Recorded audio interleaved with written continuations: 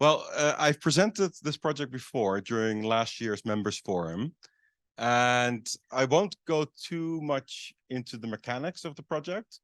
It might be new to a lot of you, but to some of you, you'll know about it. And considering I have 10 minutes, I'm going to focus more on what we're actually doing and how we're progressing and what our general approach for the project is. Just forward. Okay, so what is TLI?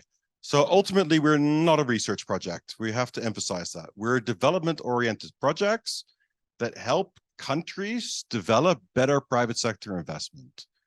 And ultimately, we want to strengthen their contribution to food security and environmental resilience by supporting compliance with international standards and supporting business model innovations in line with agroecological principles. So in that way, it's a bit similar to the previous presentation on business models, but I think our approach might be slightly different.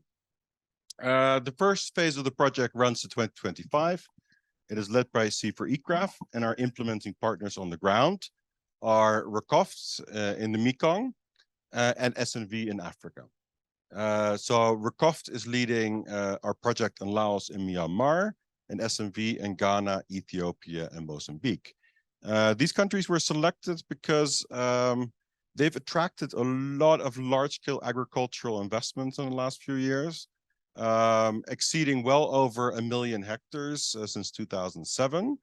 And a lot of these investments have had quite a negative impact, as many of you probably know, that is completely not in keeping with agroecology. So what is our approach in each of these countries? We try to take sort of a systems perspective where we try to tackle the problem on all fronts. So the first one is we want to prevent these bad investments from ever happening. On the other hand, when you have those investments that do occur, there need to be better control mechanisms. The regulations and policies need to be aligned. There needs to be much less conflicts between these policies. But at the same time, regulating an investment and getting an investment to do no harm doesn't mean they're going to do any good.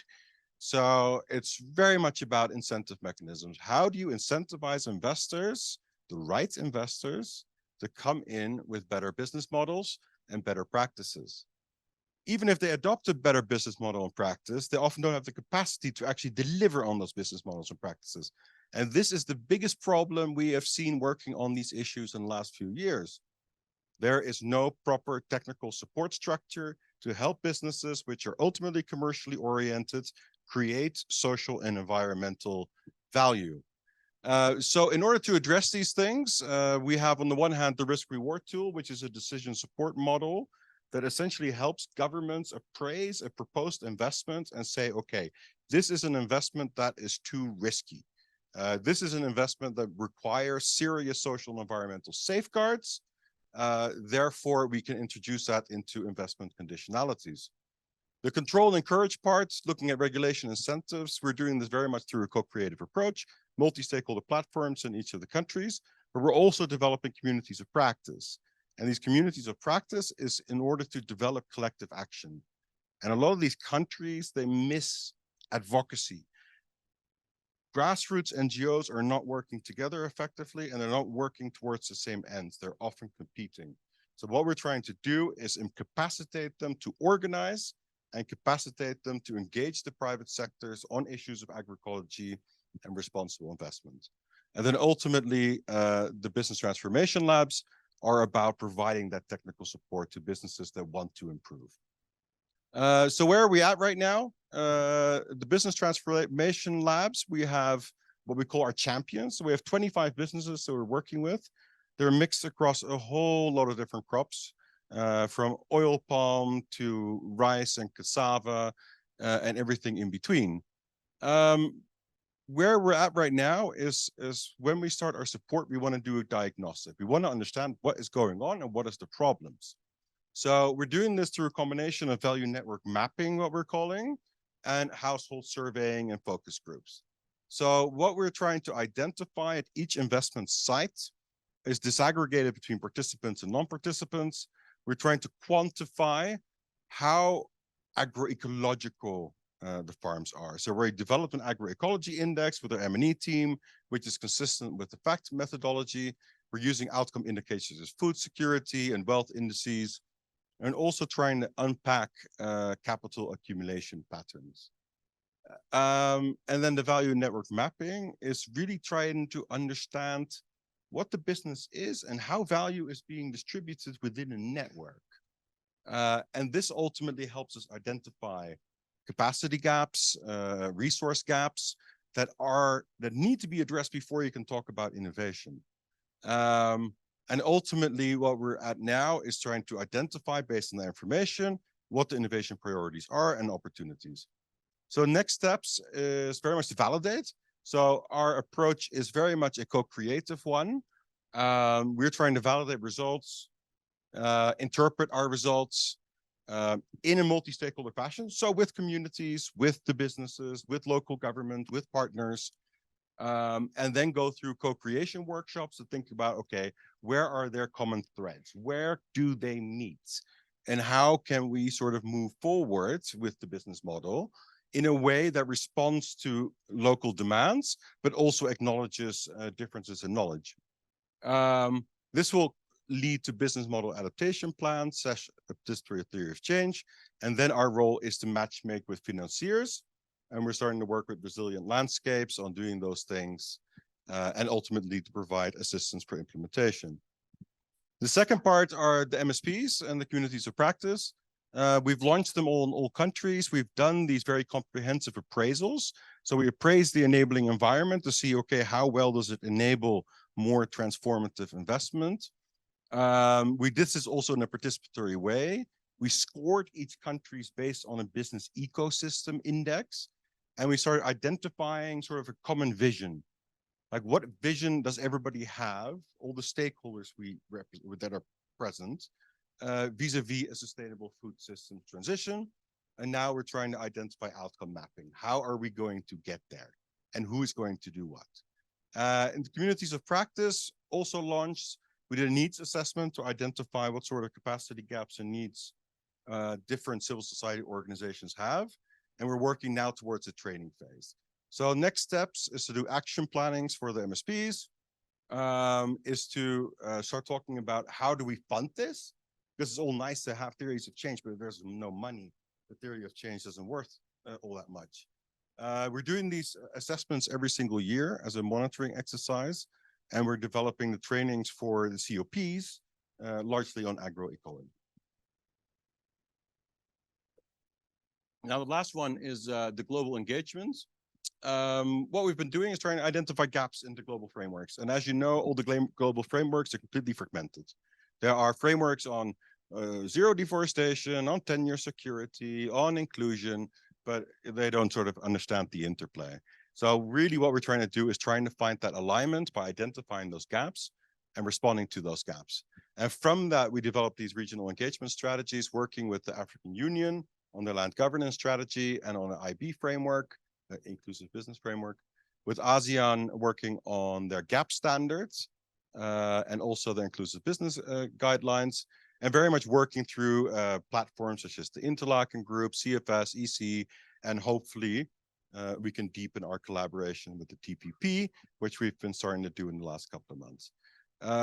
So next steps is a whole host of workshops with ASEAN, roundtables with different champions, deepen engagement with you guys, and ultimately, and that's where we're very happy to link with the metrics project, to start thinking about monitoring and selection metrics for international financial institutions, so that are very much inspired by agroecological principles, which are currently absent. I don't know how I'm for time, but I do want to get through this. Yeah, am I okay? Okay, sorry. Okay, so what is this sort of approach? So we're really taking a systems approach to this, and for us, it begins by mapping out what we call the value network. And the value network is basically the constellation of actors that are sort of working together towards a common good. So this is an example for one of the companies we're working with, Mekong Timber Plantations. And we're seeing that, if you use the value chain approach, then it'll be communities in green at the bottom and the company in red. And, you sort of have this two-way relationship between lead firm and farmer. The reality is, of course, that the value creation system is hugely complex. And what we're seeing here is that we have a plethora of actors. We have financiers, we have government, we have academics, we have NGOs that all contribute to creating value, and they are always ignored. And if we don't understand the value creation system, how is private sector going to create value? It is not a bilateral relationship, it is a network. So what we're trying to do is we're mapping out all these networks, and these networks are ultimately the physical representation of a business model. A business model you cannot read. Every single one has a business model. It is useless to read out a business model. This is a system, and we have to understand the system, which is the manifestation of the business model. And we do that by thinking about, in this network, how are roles and values distributed? What sort of value flows do we have? What sort of rules govern those flows? And how are the capabilities within the network distributed? And once we know that, then we can start talking about where can we get efficiency gains, which capacities have to be built, which rules have to change. And in that way, you're talking about actual business model innovation. Now, this is nice. We have this network, but this network is embedded in an enabling environment. And this enabling environment is where then the MSPs come in. So the MSPs talk about the national one, and we have the enabling environment, the regional, global. They shape what this network look like and how this network functions.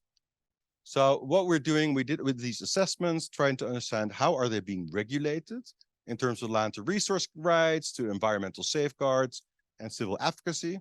How are they being incentivized in terms of financial conditions, competitive context, and ultimately the most important thing, bridging support. So bridging between different organizations. And all that, and to make it even more complex, I guess. Okay, we have this whole structure, but the structure ultimately shapes how livelihoods change.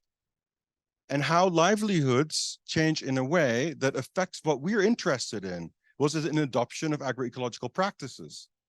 But we have to recognize that how value is created shapes what sort of activities are being adopted or not, and how well. And this is ultimately a function of how participation leads to a reallocation, a redeployment, and a change in the household resource base. And that is not uniform. So we've been doing this work for a long time to try to identify, okay, what sort of patterns do we have? And what we're seeing is that, okay, we have three major patterns. Participation in commercial value chains leads to, on the one hand, commercialization, investing in land, equipment, labor, expanding, specializing.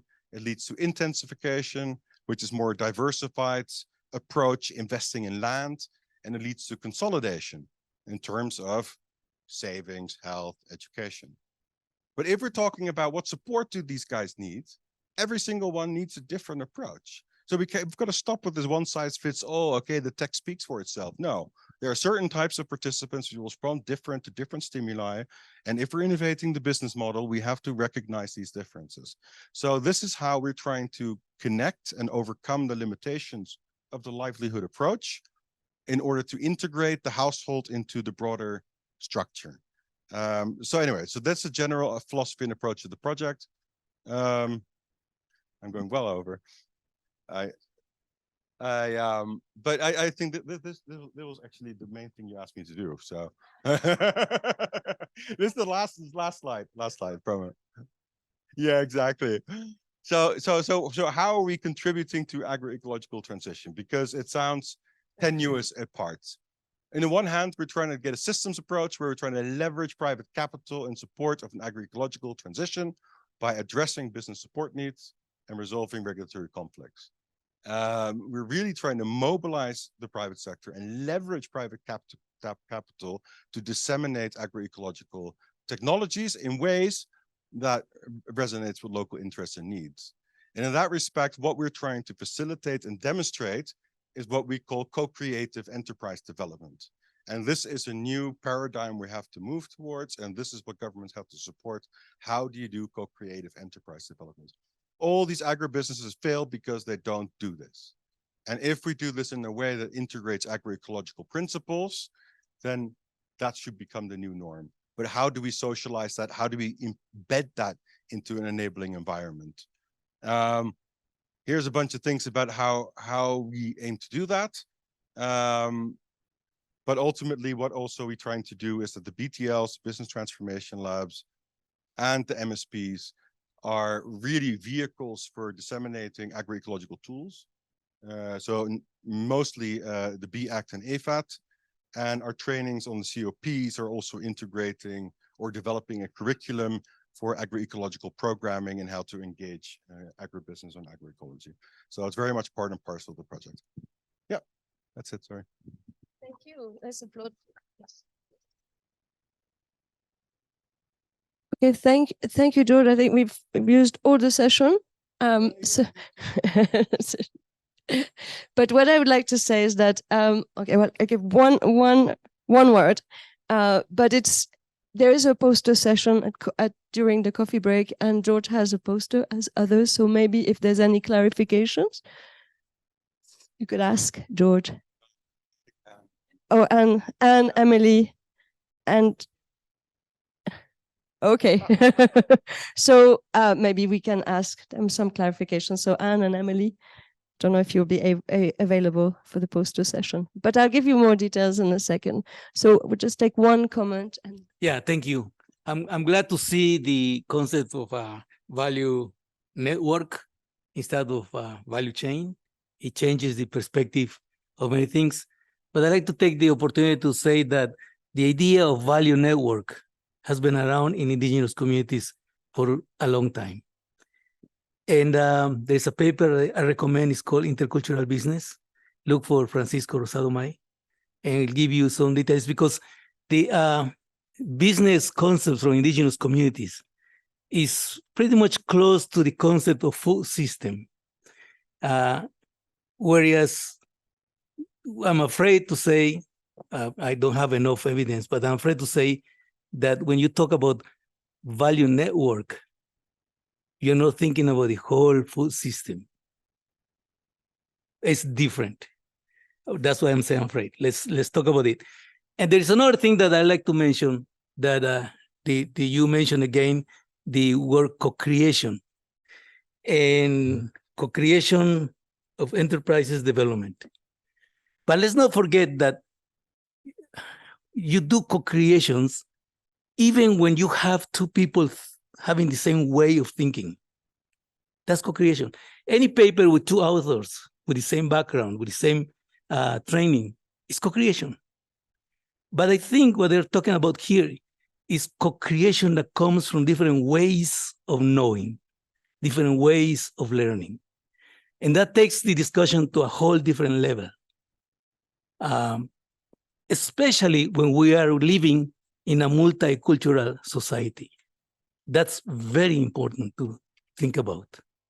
Thank you for this opportunity. Yeah, I think we have the similar perspective on co-creation, and I didn't go into minutiae, but how we do that.